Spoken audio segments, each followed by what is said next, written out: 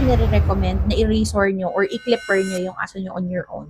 Hi guys, this is Ai, your millennial negosyante, and today, a for parent tip ang ibibigay ko sa inyo, DIY grooming. So sa mga nakakakilala sa akin dyan, alam niyo na I'm operating a pet grooming business.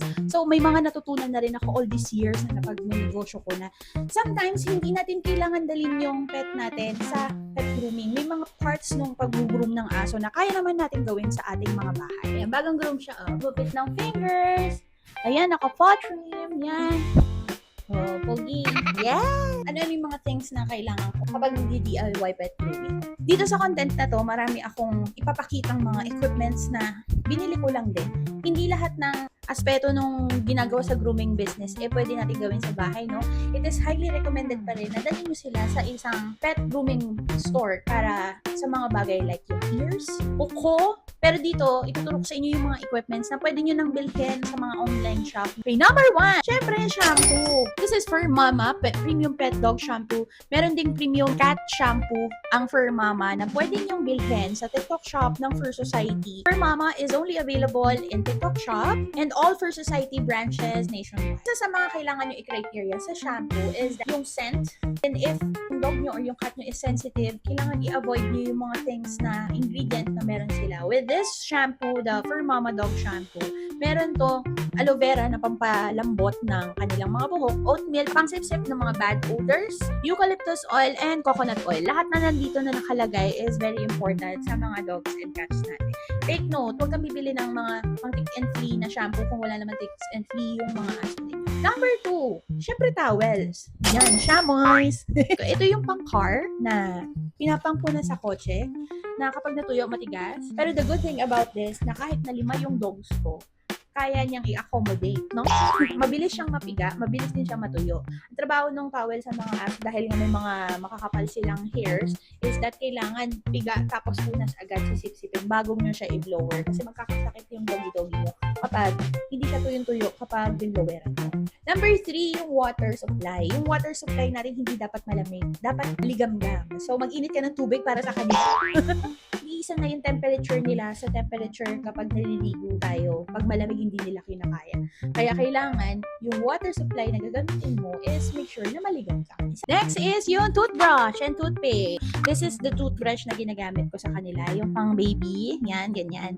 Kasi, habang pinapaliguan ko yung dogs ko, may sabay na toothbrush na. No? Next is yung ointment kapag may mga rashes yung mga dogs mo. Itong mga antifungal ointment na Madre de Cacao. Ginagamit ko ito pagkatuyo na nung pagkatapos nila i-blower, i-massage ko dun sa may anit, sa may fungal nila para hindi lumala. Next naman is yung pang-paw. Yan. Yan. This is a small razor or clipper na para doon sa mga feet nila. Pakita mo yung feet mo, anak. Tinatanggal yun sa mga paws nila. And then dito, if you want na ayaw mo madumihan agad-agad. So maganda i-trim down nyo yung paa. Na something na kaya natin gawin DIY lang. Next, eto hindi ko marirecommend na gawin nyo lagi sa bahay nyo. Pero nail clipper. Yan. Nail clipper. Hindi lahat ng for parent kayang gawin yun. Pero you can check out paano gupitan yung aso on our Facebook page for Society Philippines. Meron dun post about how to nail clip your dog or your cat. Kapag kinat nyo yung dulo at sa loob parang merong puting dot na ganun, that's the time na pwede nyo nang i-stop yung pag-cut. So, start from the dulo, papunta dun sa, pag nakita nyo na yung dot na white na yung sa gitna. After mo nail trim, ito. Pang polish.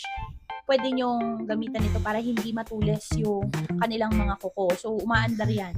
Naririnig nyo ba? So, yan. Maandar yan. So, that's it, guys. May run through lang natin kung ano yung mga nirecommend ko. Una-una, shampoo, warm water, shamoys or towel, nail clipper, toothbrush and toothpaste, itong paw clipper, and then itong ointment.